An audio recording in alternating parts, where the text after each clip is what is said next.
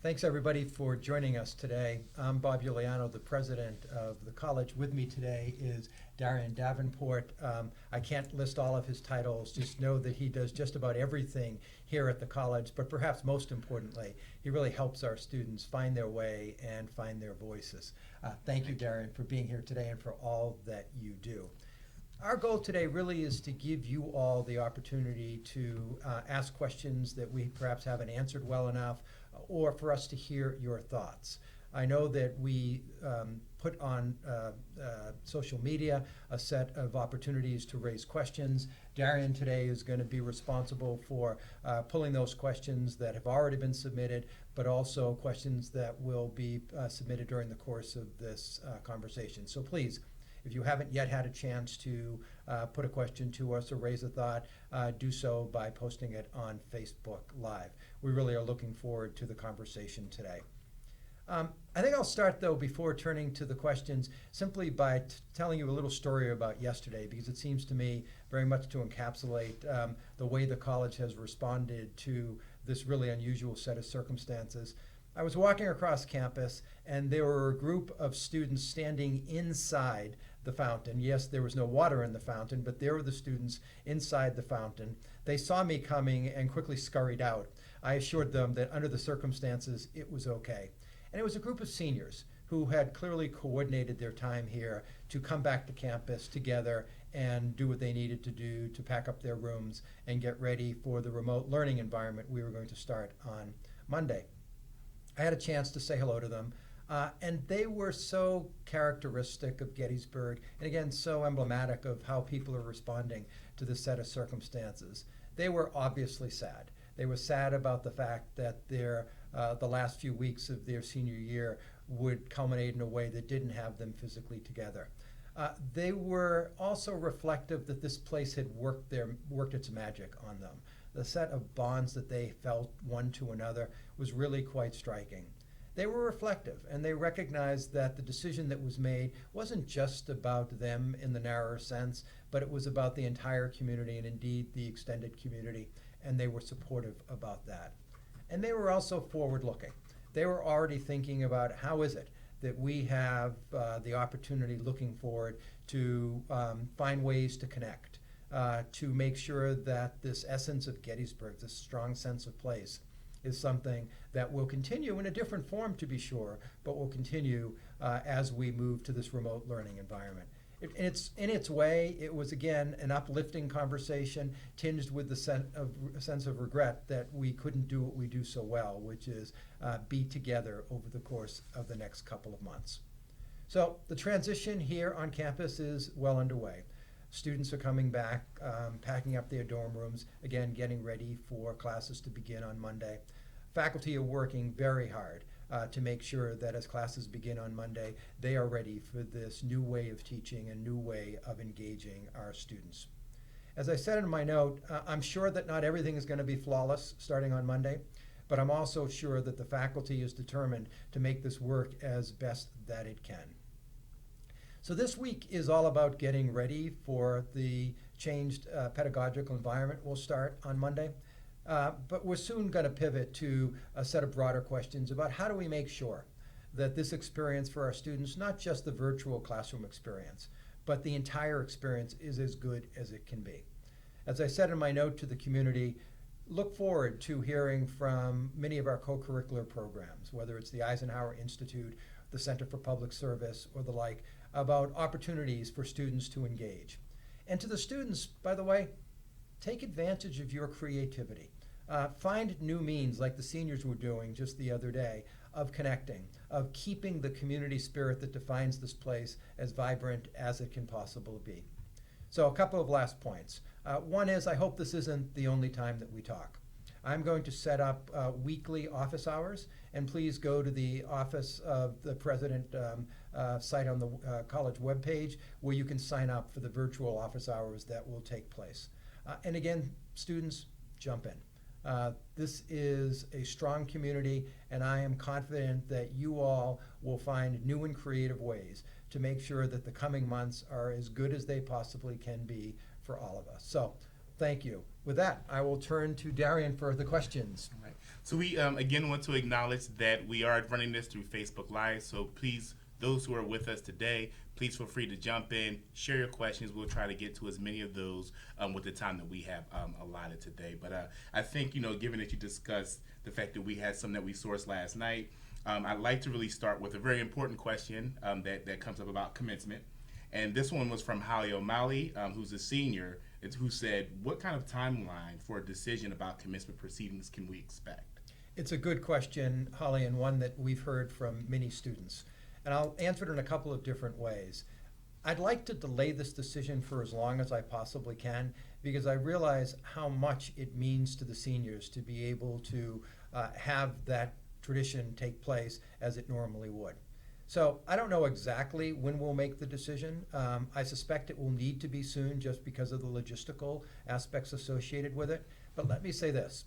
Whether we do commencement in May the way we have ordinarily done commencement, or whether we're forced to reschedule in some form, we will find the right way to bring students together, to celebrate their remarkable 4 years here, their connection to this college. So whether it's the traditional graduation in May or something that happens later, we are already thinking about, if we have to go that route, making sure that you all have a chance to come back together to celebrate one another, and that we have a chance to celebrate your accomplishments in the classroom and otherwise before we pass you on to the world that awaits.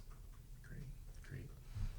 Our next question is about Get Acquainted Day, and this one is from Jake, who is actually the class of 2024. So Jake, welcome to the Gettysburg family.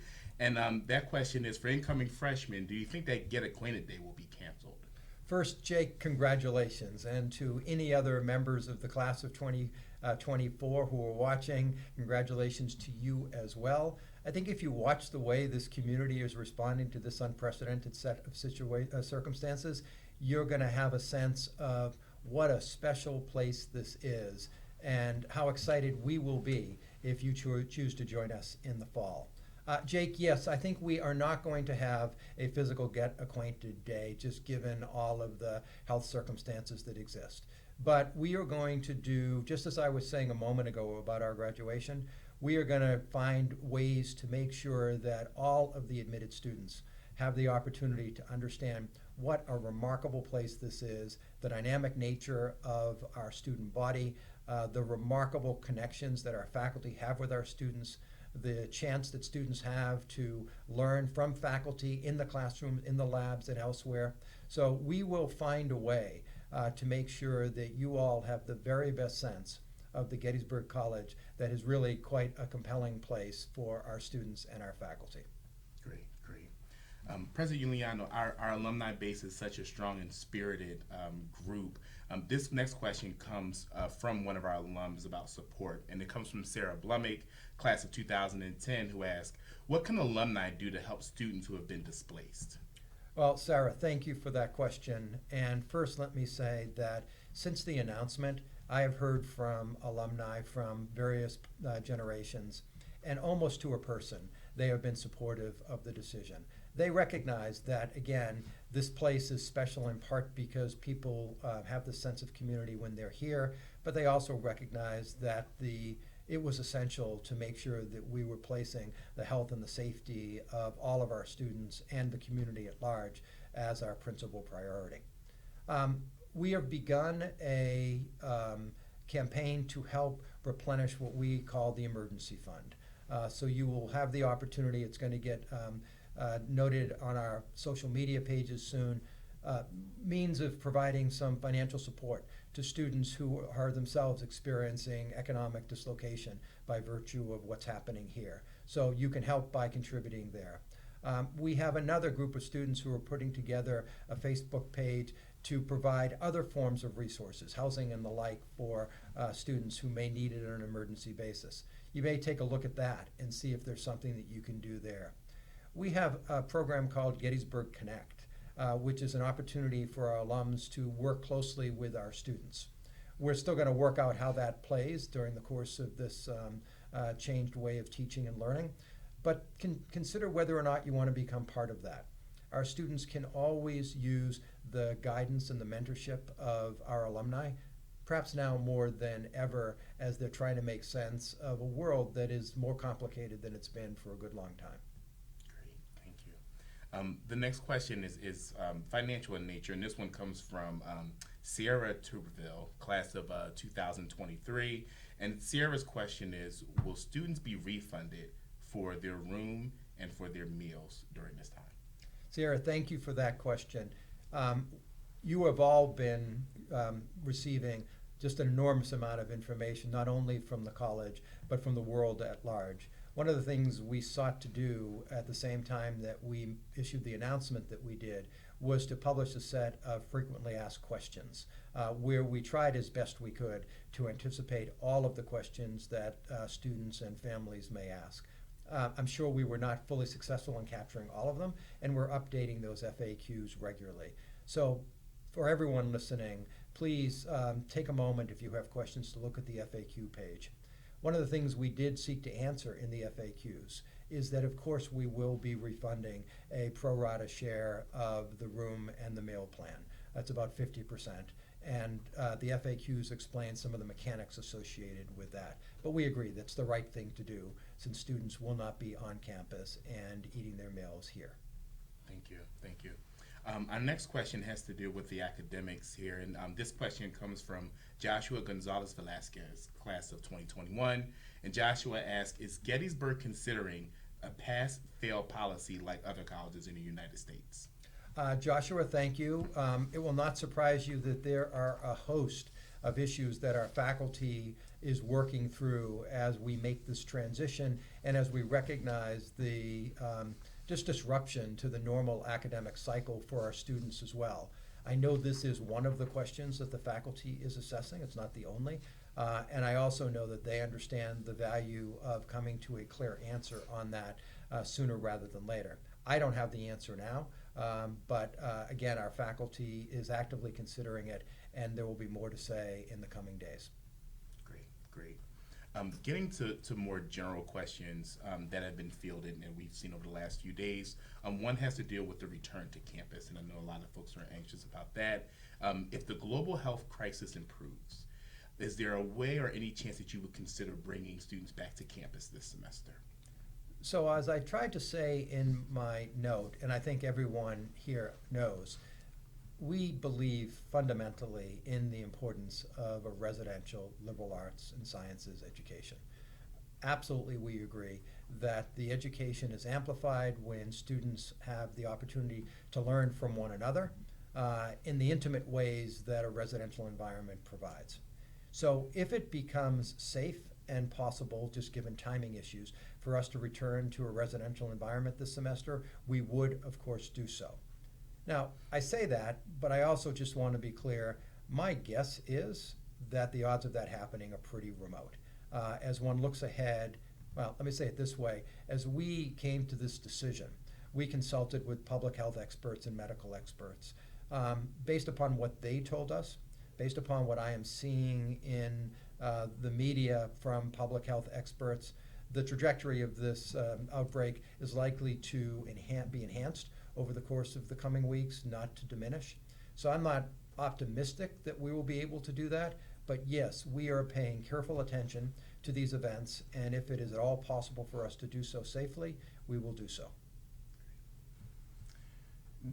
To dig a little deeper into the decision that the institution made to go remote, and we know this is one that a lot of higher ed institutions are being faced with over the last week or so, can you tell us a little bit more about how the college weighed its options for opening in person versus going remote? Carefully is the short answer. This is a consequential decision. I mean, in some respects, it was clear just given the public health issues, but we were also cognizant of the real implications for students and families in the disruption. But our first and most important priority was the safety, health, and well-being of our students and the broader community. As the number of cases grows across the country and the world, as they begin to pop up in and around the college itself, the county itself, we recognized that we had a set of obligations to our students and again to the community to make sure that they were safe. I explained at some length in my letter some of the other factors that influenced us, the sense of our responsibility to our neighboring communities, about not imposing upon them the hardships and burdens that could occur if we had a substantial outbreak on this campus.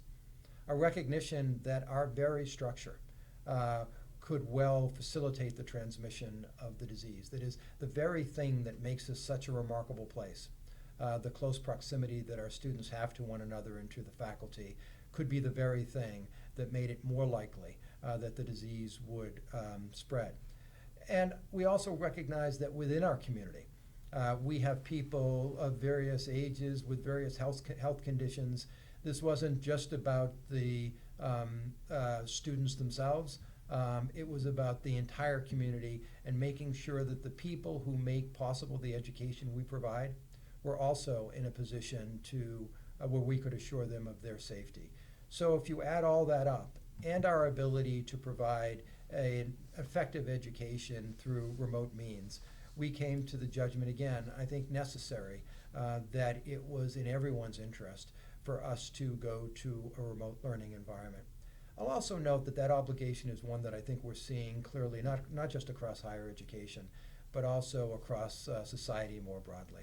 People are trying to see if they can create breakers in the transmission of this disease. And so by our judgment to avoid the large gatherings of people that are an inevitable part of a residential liberal arts college, I also think we're doing our part more broadly for society. Great, thank you. With that, with communicating out such a tough decision, such a challenging decision for our community, what's been the reaction from students, parents, alumni? Incredibly supportive. Again, it is almost a reprise of what I said about the seniors I saw in the fountain. Sad that with the sense of loss that accompanies the fact that this is such a strong community, people want to be here. They want to be with their friends. They want to have that direct proximity to their faculty. They want to be part of this special place. So there was that sense of sadness, but there was also such a sense of supportiveness. Right to my right, you can't see it, is a balloon that a group of students sent simply saying, thank you. Thank you for the work you, the faculty, your leadership team is doing in helping to come to the best decisions that are possible in these trying times. And I think that captures it. That is a real sense, Darrien, that people feel the sense of loss, but also a recognition that we're in this together. We're going to figure out how to make the very best of this together. And that the optimism and the strength of this community is going to shine through even in the face of these challenges. And I'm already seeing signs of that. The willingness and the ability of this community to rally, to figure out how we're going to make sure that the education is strong, how we're going to make sure that we are celebrating one another the way we do when we are physically together. I'm pretty confident that's going to continue. Yeah, such a powerful and authentic thing. Absolutely. Absolutely. Switching a little bit and digging deeper into the remote learning piece, right, as we're all transitioning to that next week, what do you see as some of the top challenges that you could anticipate from going from, a historically residential face-to-face education to now remote learning? So the biggest, I suspect, is just the unknown. We are basically taking an educational model we've used for a long time and flipping it a little bit in a 2-week period. So again, in my note, I indicated that I'm sure this won't be flawless. There are going to be bumps in the road. But I know this, the faculty is working as hard as it possibly can to make sure that they're ready for Monday. I know our students well enough to know that they will work with the faculty and they will work with each other to overcome whatever those obstacles are. So one is just the unknown. We haven't yet done something on this scale, and we're going to figure it out together. There are going to be logistical things, I'm sure is the case, and some of them we're working through now. Not every student, as they go home or to wherever they're returning, will have immediate access to the internet, and we're working through that. Sure. We're trying to make sure students have access to their academic material so that as classes begin on Monday, they are as ready as they can be. So there are going to be a set of those logistical issues. Sure. And like anything else, I think it's going to take a couple of days, maybe even a couple of weeks, for the faculty and students to find their rhythm as they undertake this new means of learning. But again, you know our faculty, you know our students. I have a high degree of confidence that they're going to work hard at finding that rhythm and making sure that students continue to make the educational advancement that we want for them. Great, great. We actually got a question related to that from Theater Arts and Psychology double major 2022. I love that. Their at is the guest being, and they asked, what should students do if they struggle to learn the new online material? It's a great question, and I'm going to broaden it to say if students just find themselves uncertain about how best to engage, not just with the material but with the technology, this is not a place to sit back and worry about it. Engage your faculty member. The faculty members will get you in the hands of the right people if it's a technological question. Right. If it's an intellectual question, the faculty will help make sure that they can help you figure out the path forward. We're going to continue with PLAs, and so you will also have access in those courses with PLAs to turn to a peer who's going to help you learn the material. We are thinking about ways to make sure that our academic advising works as effectively as possible, given the fact that, again, we're not going to be physically proximate.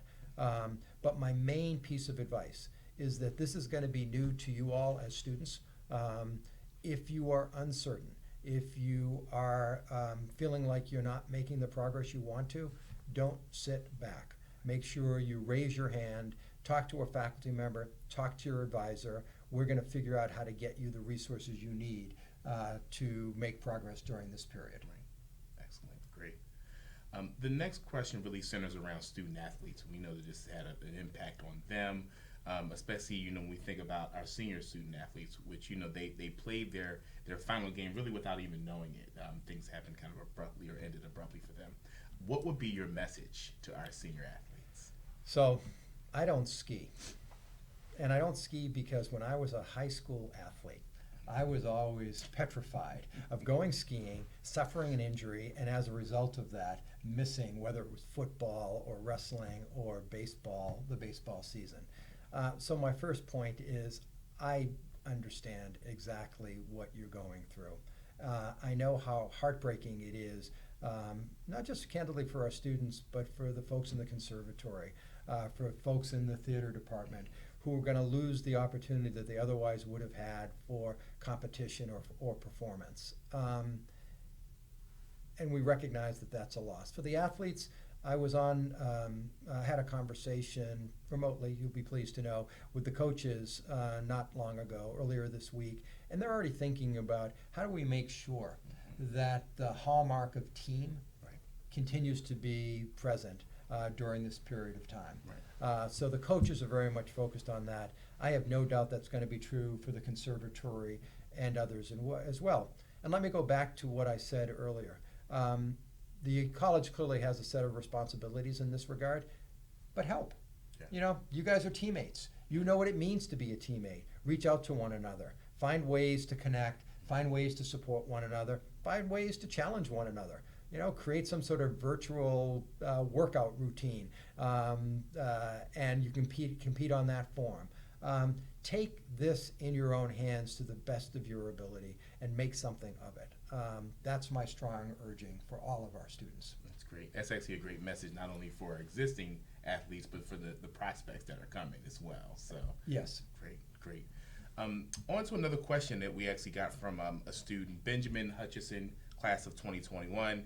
And Benjamin asked that there was a petition going around by students. What are your thoughts? And the petition, I understand, was to stay or to continue things kind of as normal. What are your thoughts just about the petition?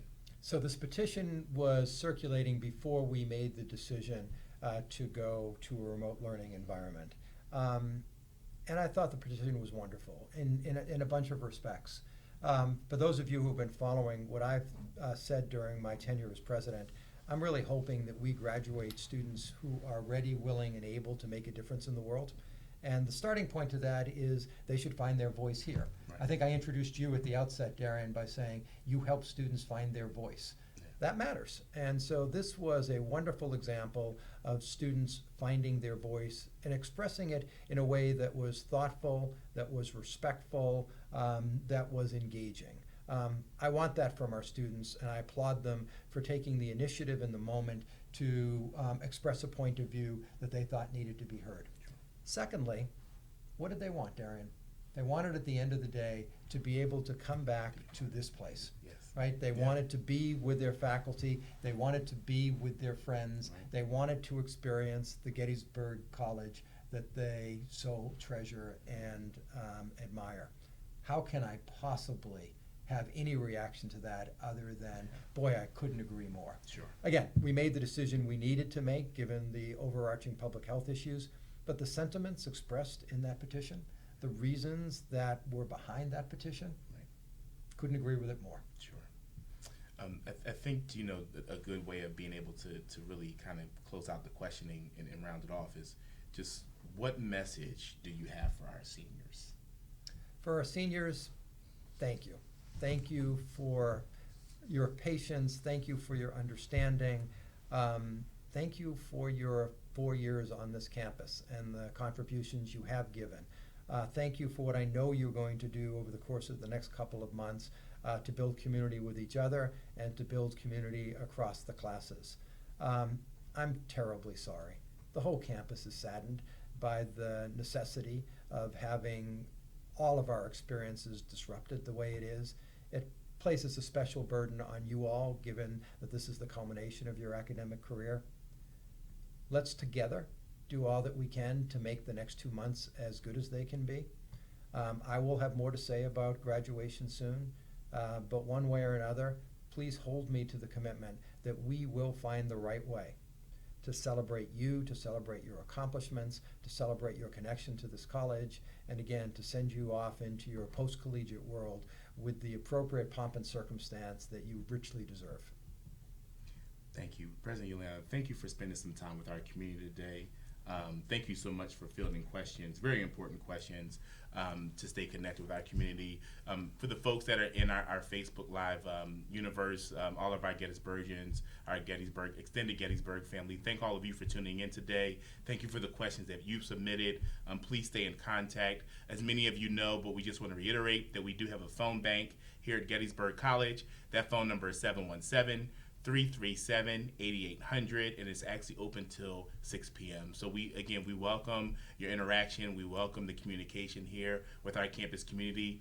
We're here for you. President Iuliano's here for you. And again, just thank you so much. So I'll turn it back over to you. Thank you, Darrien. Thank you, students, parents, alumni, friends of the college, for all of your support. We will stay in touch. And again, a reminder to the students, I have office hours, and I would welcome the chance to hear from you. Thank you all.